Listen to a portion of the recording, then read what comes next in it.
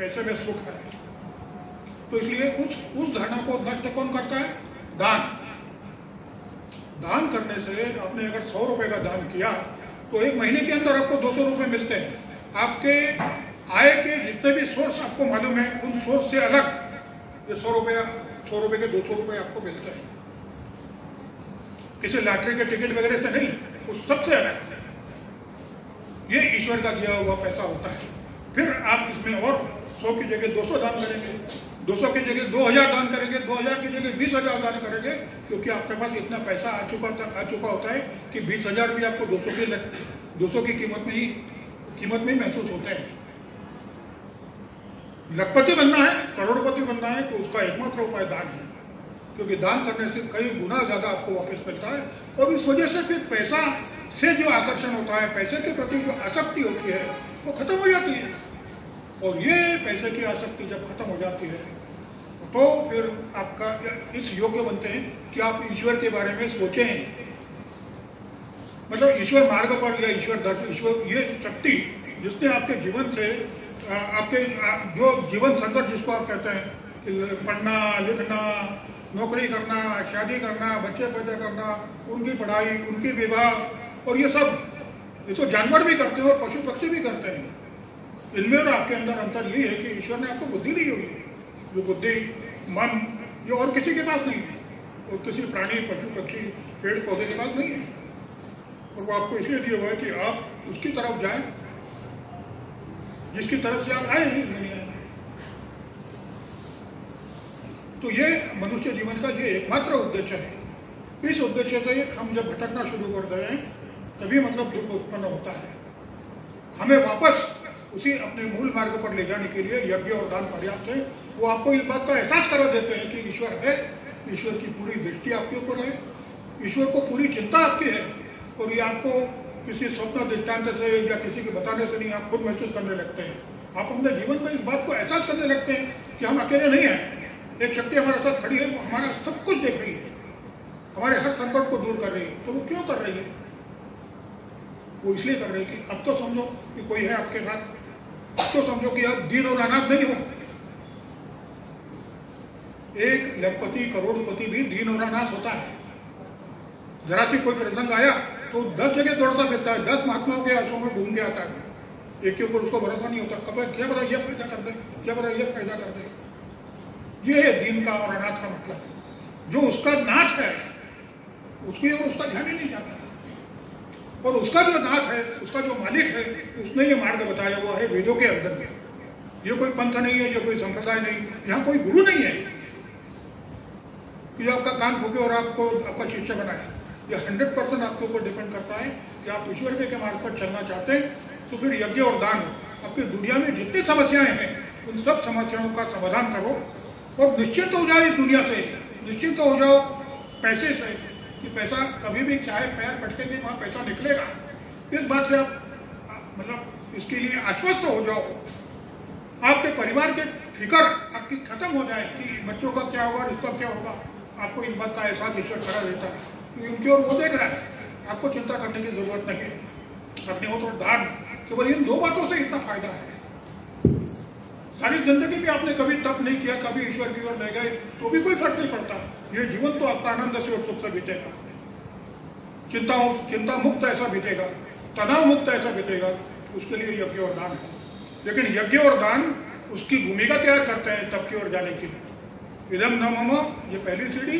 दूसरी सीढ़ी है इधर ममत्व, जो दान से उत्पन्न होता है।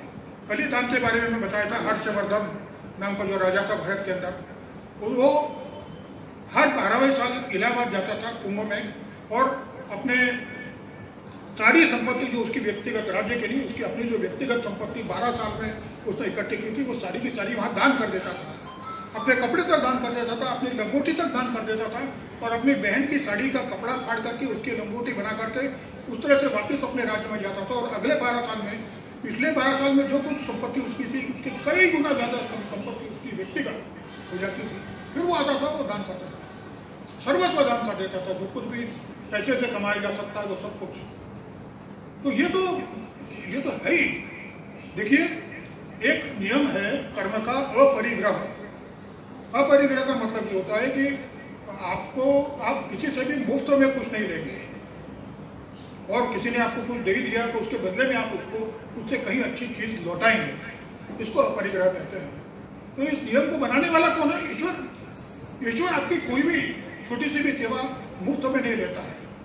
आप उसकी आज्ञा का पालन करते हैं तो उसका मुआवजा वो देता है। वो कोई आपका एहसान नहीं लेता कभी भी।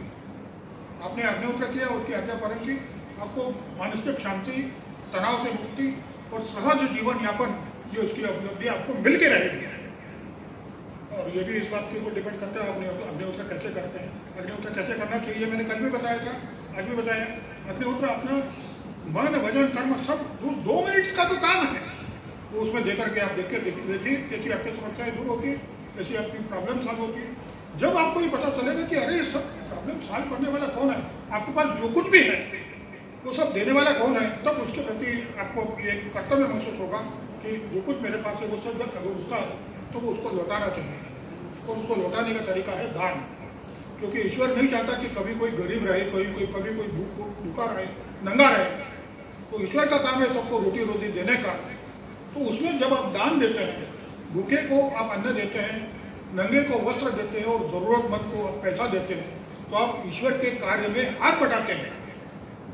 ईश्वर आपके इस कार्य का कोई एहसान लेना नहीं चाहता, और ईश्वर ये देखता है कि आप उसका काम कर रहे हैं तो वो आपको और ज्यादा सुविधा देता है। आज आप 1000पति हैं, कल आप लखपति होंगे, आप और दान देंगे। वो दान वो ज्यादा इसलिए मिलता है ताकि आप अधिक दान दें और अधिक लोगों तक ईश्वर की मदद का जो कार्य है उसमें सहभागी बने, इसलिए वो और पैसा देता है। कुछ और पैसे से और दान दीजिए, और इस तरह से मतलब ईश्वर के कार्य का जितना ज्यादा विस्तार हो सकता है उतना कीजिए।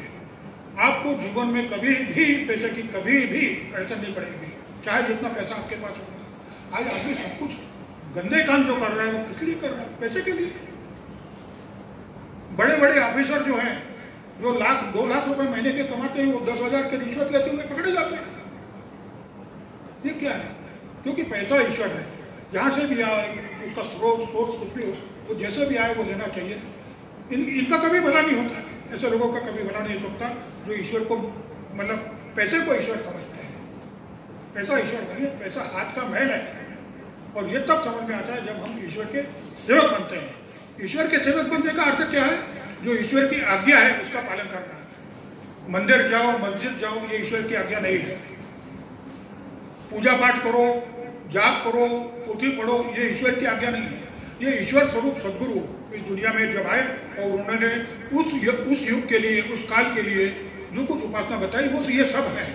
ये गलत नहीं थी, लेकिन आज उनका समय नहीं है। रामकृष्ण परमहंस इस बारे में एक उदाहरण देते थे कि अकबर के उस समय जो बादशाह आखिरी था मुगल, तो उनका सिक्का था दीनार या जो कुछ भी उसका मुहर जो होती वो सोने की होती थी। तो रामकृष्ण परमहंस बताते थे कि उस समय वो करेंसी थी, वो चलती थी। करंट से करेंसी शब्द बना है। लेकिन आज की करेंसी क्या है? वो एक रुपया चांदी का ब्रिटिश सरकार का आज की करेंसी है। आप उस करेंसी से कुछ नहीं खरीद सकते, लेकिन ये करेंसी से आप कुछ भी खरीद सकते हो। तो वो एक शोभा की वस्तु है। आपके पास अगर वो पुरानी मुहर वगैरह कोई है तो आप उसको शोभा के लिए, अपने कलेक्शन के लिए रख सकते हैं, लेकिन व्यवहार में वो करेंसी नहीं है, उससे आप कुछ नहीं कर सकते। उसके लिए आपको ये 1 रुपया जो है चांदी का यही इस्तेमाल करना पड़ेगा। क्योंकि आज रामकृष्ण परमहंस के समय जो करेंसी थी ब्रिटिश सरकार का 1 रुपया, आज वो करेंसी नहीं है। आज वो ब्रिटिश सरकार का 1 रुपया एक कलेक्शन की चीज हो सकती है। क्या हमारे पास भी वो रुपया है, लेकिन आज उससे कोई व्यवहार नहीं हो सकता। आज के व्यवहार के लिए तो आपको ये 5 रुपये का 10 रुपये का नोट जो भारत सरकार का है, ये आज की करेंसी है।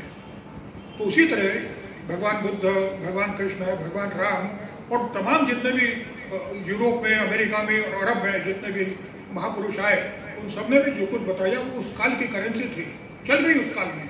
आज नहीं चलेगी कोई भी, क्योंकि आज की करेंसी है यज्ञदान तत्परम स्वाध्याय निरतो भवे एष एव ही श्रुत्युक्तः सत्य धर्म सनातन। यही और केवल यही सत्य सनातन धर्म है। इसके बाहर जो कुछ भी है वो सत्य सनातन धर्म नहीं है, वो आज की करेंसी नहीं है। अगर उसका आचरण करेंगे तो आपको बदले में कुछ भी नहीं मिलेगा। आज मंदिर जाने वालों की भीड़ क्यों बढ़ गई है? क्योंकि कुछ नहीं मिल रहा उनको। कुछ मिल रहा है इसलिए नहीं जा रहे हो, कुछ नहीं मिल रहा है इसलिए भीड़ हो गई है सब जगह, क्योंकि कहीं भी कुछ नहीं मिल रहा किसी को भी, न मंदिर में न मस्जिद में न, और इसीलिए सब धर्म खतरे में आ गए हैं। साहब कहते हैं कि जो धर्म मनुष्य को खतरे में से निकाल सकता है वो खुद खतरे में कैसे? तो हिंदू, मुस्लिम, सिख, ईसाई ये धर्म कभी रहे ही नहीं, ये सब संप्रदाय है। मूल धर्म है सत्य सनातन धर्म जो वेदों ने बताया हुआ है। उसका आचरण जब खत्म हो गया, लोग उसके आचरण को भूल गए, तब फिर दूसरे धर्म और दूसरे संप्रदाय सामने आए। आज हम उन संप्रदायों को धर्म समझ बैठे हैं। तो वो संप्रदाय किसी एक काल के लिए आए थे, तो कुछ काल के लिए वो काम में थे। उस काल के लिए जो कुछ भी यज्ञ और दान से मिलता था वो उनके जो उपासनाएं थी उससे मिलता था। आज नहीं मिलेगा, क्योंकि वो आज की करेंसी नहीं है। आज की करेंसी है यज्ञ, दान, तप, कर्म और स्वाध्याय। तो अब ये जो ईश्वर की आज्ञाएं हैं, यज्ञ और दान, इनका जब आप पालन करते हैं तो आपके ऊपर प्रसन्न होता है। कोई भी पिता जो है, उसका पुत्र अगर उसकी आज्ञाओं का पालन करेगा तो उस पर प्रसन्न होगा ही। लेकिन वो पुत्र अगर उसकी आज्ञाओं का पालन नहीं करेगा और वो उसकी पूजा आरती करेगा तो पिता प्रसन्न होगा क्या? बात कर देगा उस आरती के थाली को। मेरी बात तो मानते नहीं, तो पूजा करते उसका क्या फायदा? सेम यही बात यहाँ पे लागू होती है कि आप ईश्वर की आज्ञाओं का पालन करते हैं तो ही उसकी कृपा का प्रभाव आपकी ओर पड़ता है। और इसका अनुभव जब आने लगता है, फिर आदमी दान करता है, यज्ञदान करने से वो तृप्त हो जाता है। जो दुनियावी इच्छाएं होती है ना, जिनकी इच्छाओं के पीछे आदमी मारा फिरता है, जब ये इच्छाएं तृप्त हो जाएगी तो वो करेगा क्या? तो वो ये करेगा कि ये इच्छाएं तृप्त करने वाला है कौन, उसको जानना चाहिए, उसको पहचानना चाहिए। ऐसी और ये इच्छाएं तृप्त हुए बिना, ये दुनियावी इच्छाएं तृप्त हुए बिना अगर कोई ईश्वर मार्ग पर चलता है तो फेल हो जाता है, वो आगे बढ़ ही नहीं सकता। ये इच्छाएं उसके पैर में पड़ी हुई बेड़ियां हैं, वो आगे बढ़ेगा कैसे? बेड़िया तो इसको पड़ी हुई, कितना भी जितना हलचल करेगा अपने आप को घायल कर देगा। तो इसलिए हमारी जो ये दुनियावी इच्छाएं ये तृप्त होने के लिए कि भाई बस हो गया, सब देख लिया, इसमें कुछ है ही नहीं, इसमें कोई तथ्य ही नहीं है। ये स्थिति जब उत्पन्न होती है, मन की ऐसी अवस्था होती है, तब ईश्वर की ओर आप कदम बढ़ा सकते हैं।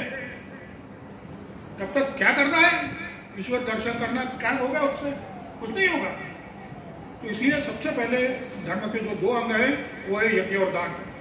इनका पालन कीजिए, मन वचन कर्म से इनका पालन करिए।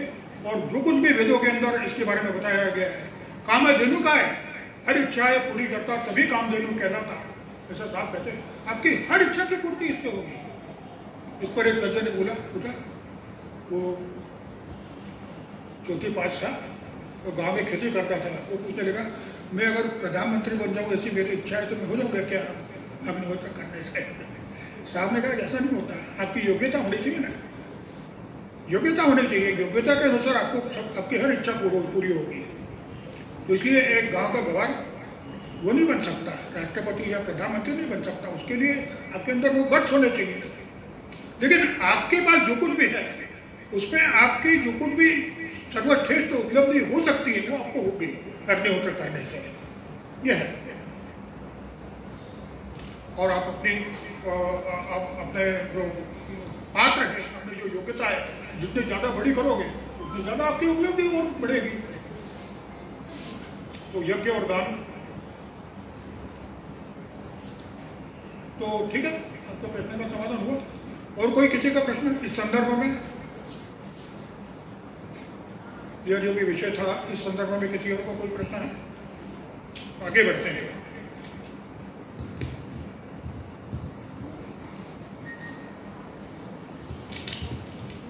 नन्हे प्रनिल का प्रश्न है कि त्रिसत्य शरणागति और जिस शरणागति में हम बैठे हैं इसमें किस तरह का संबंध है?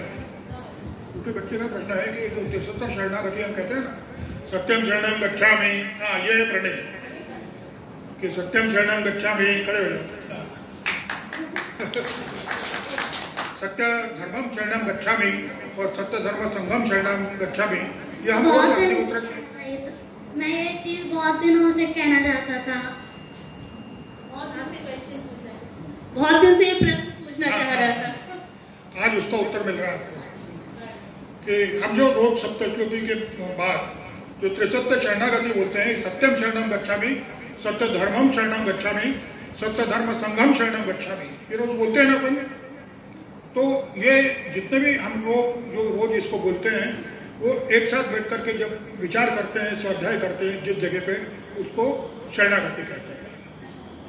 ओके, हो गया, समझा आपका? अगला प्रश्न है, आजकल टीवी में किसी भी कार्यक्रम के दौरान कुपोषित बच्चों के उत्थान से संबंधित एनजीओ दान के लिए विज्ञापन देते हैं या फिर अंधे लोगों को पुनः दृष्टि लाने के लिए दान के विज्ञापन आते हैं। और धर्मपाठ के अनुसार दान तो धर्म का महत्वपूर्ण अंग है। तो क्या उपरोक्त संस्थाओं को उनके विज्ञापन देखने के बाद दान देना धर्म का एक स्वरूप है या सिर्फ मदद या कुछ और? ये धर्म का स्वरूप नहीं है, ये मदद है। आप मदद कर सकते हैं उनकी, आपकी इच्छा हो तो, लेकिन उसको धर्म का नाम मत दीजिए, क्योंकि धर्म में जो दान की विधि बताई है कि व्यक्ति ने व्यक्ति को दान देना है। अगर आप इन संस्थाओं के जो संचालक हैं उनसे परिचित हैं और आप जानते हैं कि आप उनको जो दान देंगे संस्था को, वो व्यक्ति उस संस्था के दिए हुए दान का उचित उपयोग करने वाले हैं, तो आप उस व्यक्ति को दान दे सकते हैं संस्था के लिए, उस संस्था के अध्यक्ष को, उस संस्था के सेक्रेटरी को, जो कोई भी उस संस्था का संचालक है उसको आप दान दे सकते हैं, क्योंकि आपको मालूम है कि उसका उपयोग उस संस्था के संचालन के लिए किया जाएगा। ऐसा विश्वास आपको है तो आप उस व्यक्ति को दान दे सकते हैं। संस्था को दिया हुआ दान ये मदद है, ये धर्म का अंग नहीं है, फिर चाहे वो संस्था कोई भी हो। ठीक है, और इस पर कोई किसी का प्रश्न?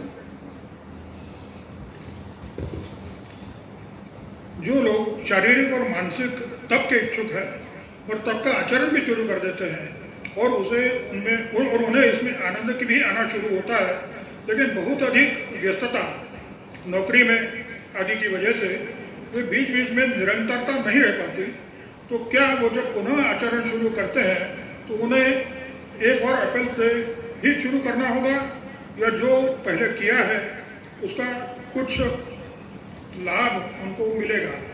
या ऐसे कहें कि जो वो कुछ समय अच्छे से करते हैं, फिर छूटता है, फिर करते हैं, फिर छूटता है, यदि ऐसा बार बार होता है, लेकिन उनका मन बार बार यह चाहता है कि ईश्वर से जुड़े रहना चाहता है, वे ध्यान शारीरिक तप करना चाहता है, लेकिन निरंतरता नहीं है, तो वह क्या करें? इस प्रश्न का उत्तर कल संचालिका जी ने दे दिया है, इसलिए उत्तर यहाँ देने की बाध्यता नहीं है।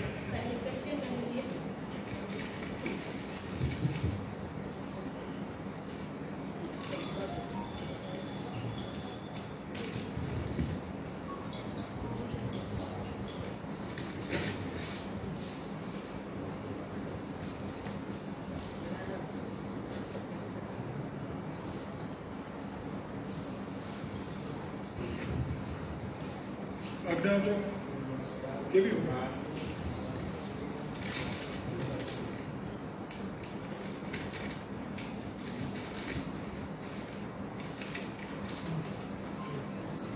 स्वाध्याय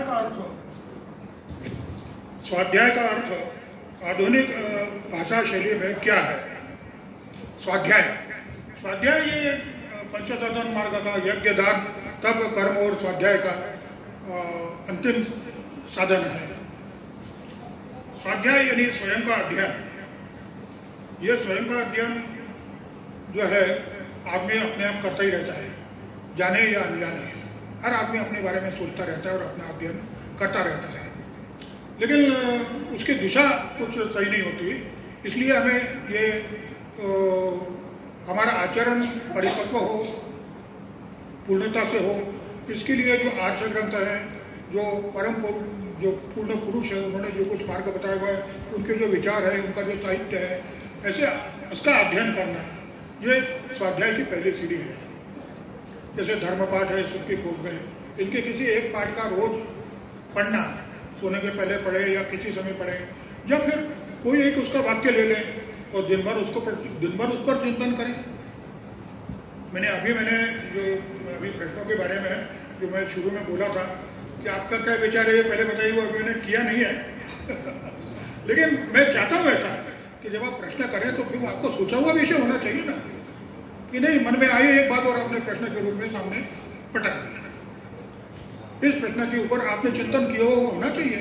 वो चिंतन करना ही स्वाध्याय कहलाता है। अपने मन में कोई प्रश्न आया और आपने उसके ऊपर विचार किया, एक बार नहीं, 2 बार नहीं, 10 बार नहीं, 10 दिन नहीं, हमेशा आप उसके ऊपर विचार करते हैं कि ऐसा क्यों है। उसके ऊपर आपने विचार वो फिर आपको उस क्यों का उत्तर नहीं मिलता है, तब प्रश्न पूछना चाहिए। उपनिषद ऐसे तो निर्माण हुए हैं। अगर कोई प्रश्न नहीं पूछता तो कोई भी ग्रंथ निर्माण नहीं होता है। जितने भी तांत्रिक ग्रंथ हैं वो पार्वती जी प्रश्न पूछती है और शंकर जी उसके उत्तर देते हैं, और सारे तांत्रिक ग्रंथों का निर्माण हो गया। सारे उपनिषद ऐसे ही हैं। तो और वो उपनिषद ये बताते हैं कि गुरु की सेवा किस तरह हो सकती है, तो प्रश्न करके हो सकती है। जो प्रश्न नहीं पूछता उसकी उन्नति नहीं हो सकती। अब ये लौकिक शिक्षा जो है स्कूल में और कॉलेज में है, यहाँ पे अगर प्रश्न न हो तो वो विद्यार्थी कुछ नहीं सीख सकता। इसलिए प्रश्न ये तो बहुत जरूरी है। जो कुछ भी अपना विषय है उसमें अधिक आगे बढ़ने के लिए प्रश्न तो होना ही चाहिए, लेकिन उस प्रश्नों के ऊपर खुद का भी तो चिंतन कुछ होना चाहिए। वो खुद का चिंतन करने की प्रक्रिया जो होती है वो स्वाध्याय है। और ये हर आदमी करता रहता है। उसको प्रश्न उठते हैं तो उसके ऊपर विचार करता है, इसका उत्तर क्या है। किसी को मिल जाता है उसका उत्तर, किसी को नहीं मिलता।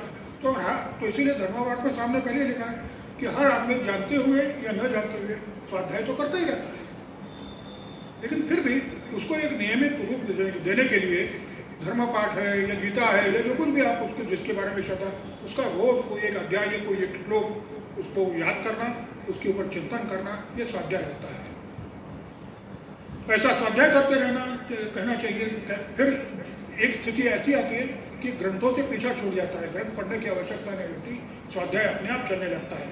हम सब चीज़ के बारे में, ये जीव जगत क्या है, प्राणी मात्र क्या है, इनका जन्म क्यों हुआ, किस लिए हुआ, हमारा जन्म क्यों हुआ, हमारा काम क्या है, हम क्या करने के लिए आए हैं, इन प्रश्नों के ऊपर विचार करना। ईश्वर क्या है, उसने सृष्टि निर्माण क्यों है, क्यों की है, अलग अलग प्राणी निर्माण किए, उनका क्या तात्पर्य है, इन सब विषयों पर हम चिंतन करें, इनके ऊपर विचार करें। जो कोई भी एक विषय है उसके ऊपर विचार करें, उसके ऊपर उत्तर खोजने की चेष्टा करें। ये चेष्टा स्वाध्याय है, क्योंकि ऐसा करने से हमें खुद ही अपने प्रश्नों के उत्तर मिलने लगते हैं। और जैसे जैसे हमें अपने प्रश्नों के उत्तर मिलने लगते हैं वैसे वैसे हम आगे बढ़ते चले जाते हैं, हमारी उन्नति होती चली जाती है। लेकिन हम प्रश्न ही नहीं करते या मन में प्रश्न उत्पन्न होते इसे दबा देते हैं तो आपकी उन्नति कभी हो ही नहीं सकती।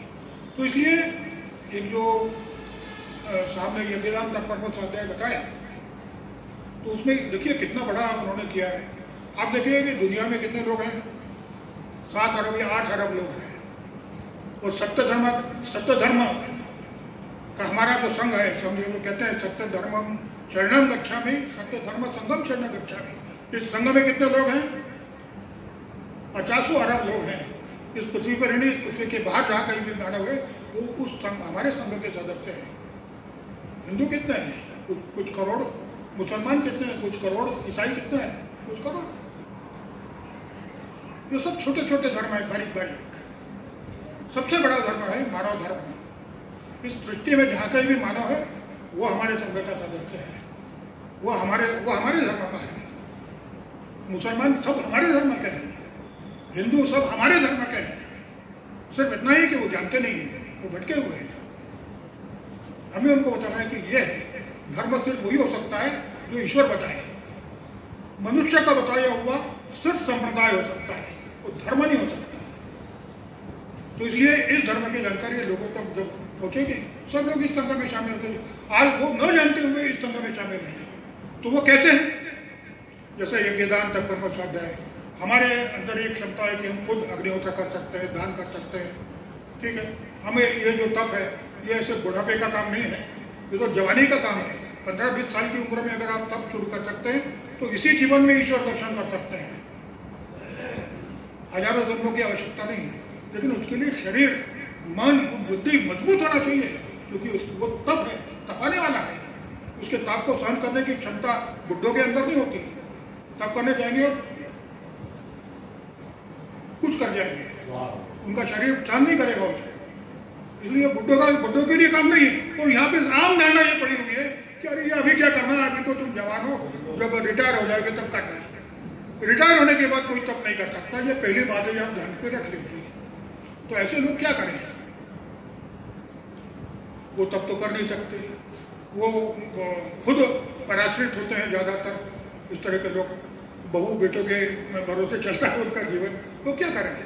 वो स्वाध्याय करें, वो स्वाध्याय करेंगे। चूंकि बोर्ड में पुस्तक में साहब ने लिखा है कि यज्ञदान तत्कर्म और स्वाध्याय ये सभी, ये उनमें से किसी एक प्रत्यंग को आप आचरण करते हैं तो भी आप हमारे धर्म का आचरण करते हैं।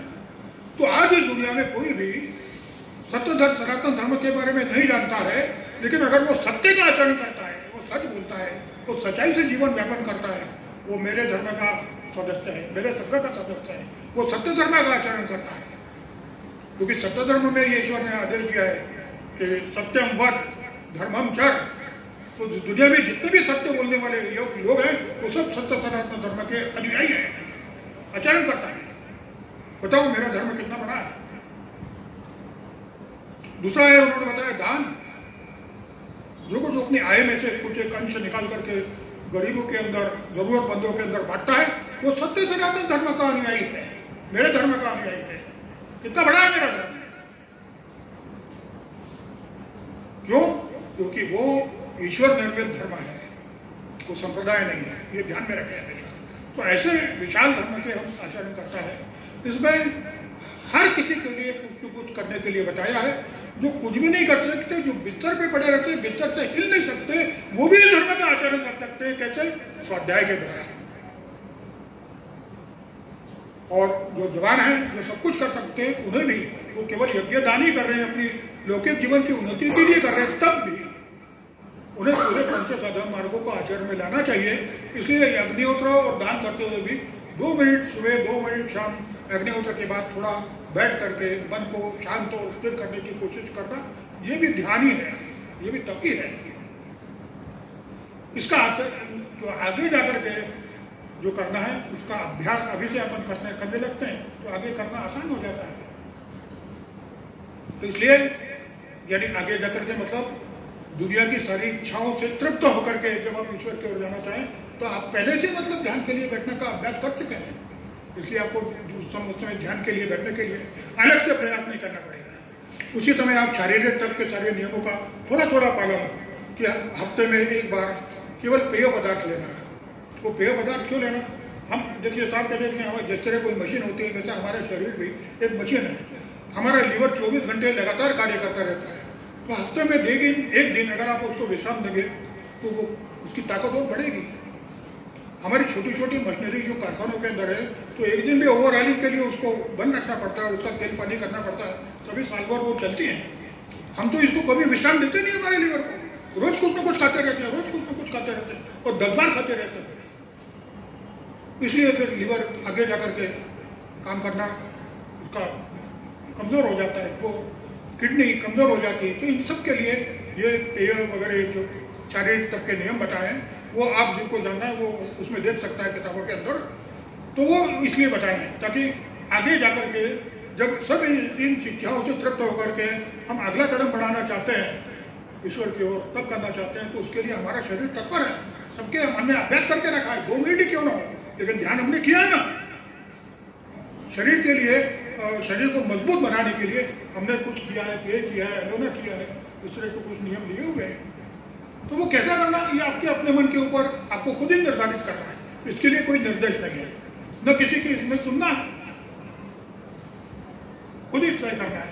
तो वो तय, तो ऐसे छोटे मोटे नियम शारीरिक तब के, मानसिक तब के लिए अग्निहोत्र के बाद 2 मिनट का ध्यान, इस तरह से आप ये अपने आचरण में रखेंगे। और इसी तरह कर्म, अभी इसमें आगे आएगा प्रश्न, मैंने अभी उत्तर दे देता हूँ उसका। कर्म यानी क्या? तो कर्म के बारे में वेद जो बताते हैं वो कर्म, उसका अभी चालू कर देता हूँ, पता नहीं रहता तो फिर कुछ प्रश्न रह जाएंगे।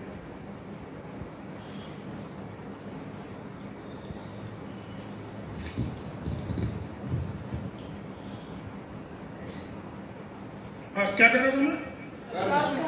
कर्म। तो कर्म में देखिए कि सत्य, अहिंसा, आज्ञा पालन, शौच, अस्तेय, चोरी न करना। हर आदमी चोरी करता है, भले वो अपना सभ्य और वो बना रहे, लेकिन चोरी करता है। चोरी यानी क्या? आपके पास स्कूटर है और आपने किसी की कार देखी और काश ये कार मेरे पास होती, ये चोरी हो गई।